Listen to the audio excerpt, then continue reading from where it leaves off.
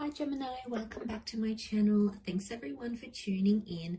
This is your weekend tarot and we're going to be looking at what messages are coming up for you for this weekend. So I'll lay out a card for overall energy and we'll get straight into it.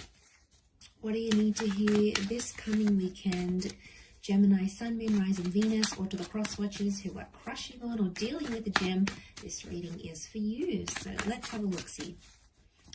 Gemini, what's coming up around you for this weekend? What is the overall energy? Okay, overall energy, you have the Page of Cups. This is strong Pisces energy coming into this reading. Okay, so it's quite an emotional time.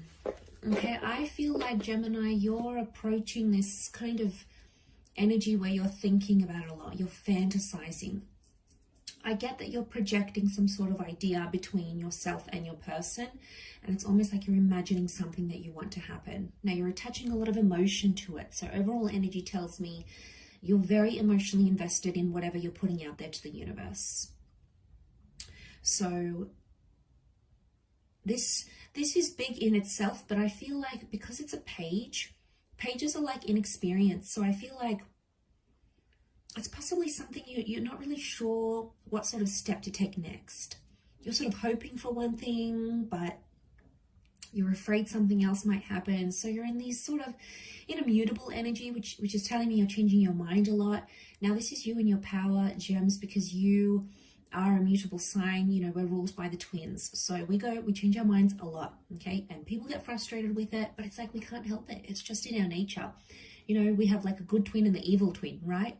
And you never know who you're going to get, but I feel like it's a mixed bag for you during this period.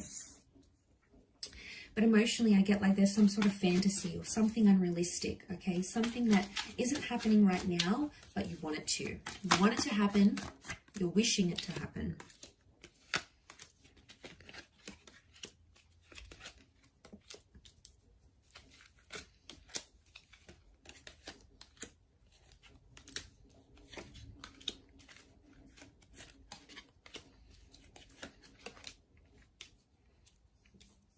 Okay, you keep revisiting the same thoughts over and over again. And I feel like you're going through periods where you're feeling pretty good, pretty motivated about how well things are going, how they're proceeding. And then other times I feel like you're not doing so well. There's a lot of judging that's happening. I'm seeing you pointing the finger at another person. It could be self-criticism, but I feel like it's more to someone else. Okay, you're blaming someone else for the issues that maybe you had a hand in. Okay, so you're looking and you're possibly frustrated at what someone else is currently doing and the energy that they're projecting. And you're angry because you don't know the right response. You don't know how to deal with this. Possibly you've never been in this situation before. So suddenly it's like, okay, well, what do I do now? Like, do they want me to reach out? Do they want me to sacrifice this for them? Do they want me to compromise? Do they want me to pursue them? You know, you're in this kind of energy like, what now? And I feel like there is a line drawn in the sand here because I feel like the Five of Swords is telling me this is your Swords energy, and the Five of Swords is telling me you're trying to pick up the pieces. So you're trying to understand a situation right now, and there's a lot of confusing energy. You might even be getting mixed vibes here. But the Queen of Cups, the Page and the Queen tell me there is an attachment, okay? There is a commitment here. And there's care, okay? There's care, there's love, there's consideration.